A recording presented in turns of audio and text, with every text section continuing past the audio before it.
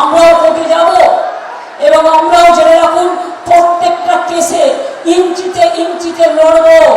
Election কমিশনের নামে যে লিস্ট বাজারে বেরিয়েছে, আমি কোনো একটা জায়গা থেকে একটা সংবাদ মাধ্যমের থ্রুতে লিস্টটা আমি পেয়েছি, শুধু তৃণমূল কংগ্রেসকে টার্গেট করেছে।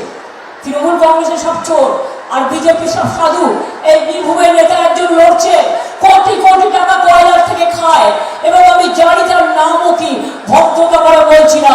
এই 2 বছরে 3-4 বছরের মধ্যে কোটি কোটি টাকার সম্পত্তি করেছে। তার কাছে কারা টাকা পাঠায় সেটাও আমি জানি।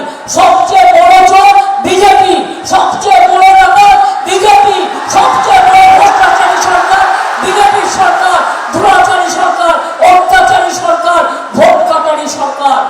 আমি সুপ্রিম কোর্টে ফাইট করে 32 লক্ষ মানুষের নাম তুলেছি, বাদ বাকি মানুষের নামও আজ নয় কাল তুলে যাবে, চিন্তা করবেন না।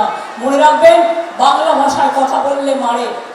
কালকে মাইক ফিট করে দোকানে ঝালমুড়ি এসপিজিকে দিয়ে তৈরি করিয়ে 10 টাকা কখনো পকেটে থাকে ওনার। কত নাটক!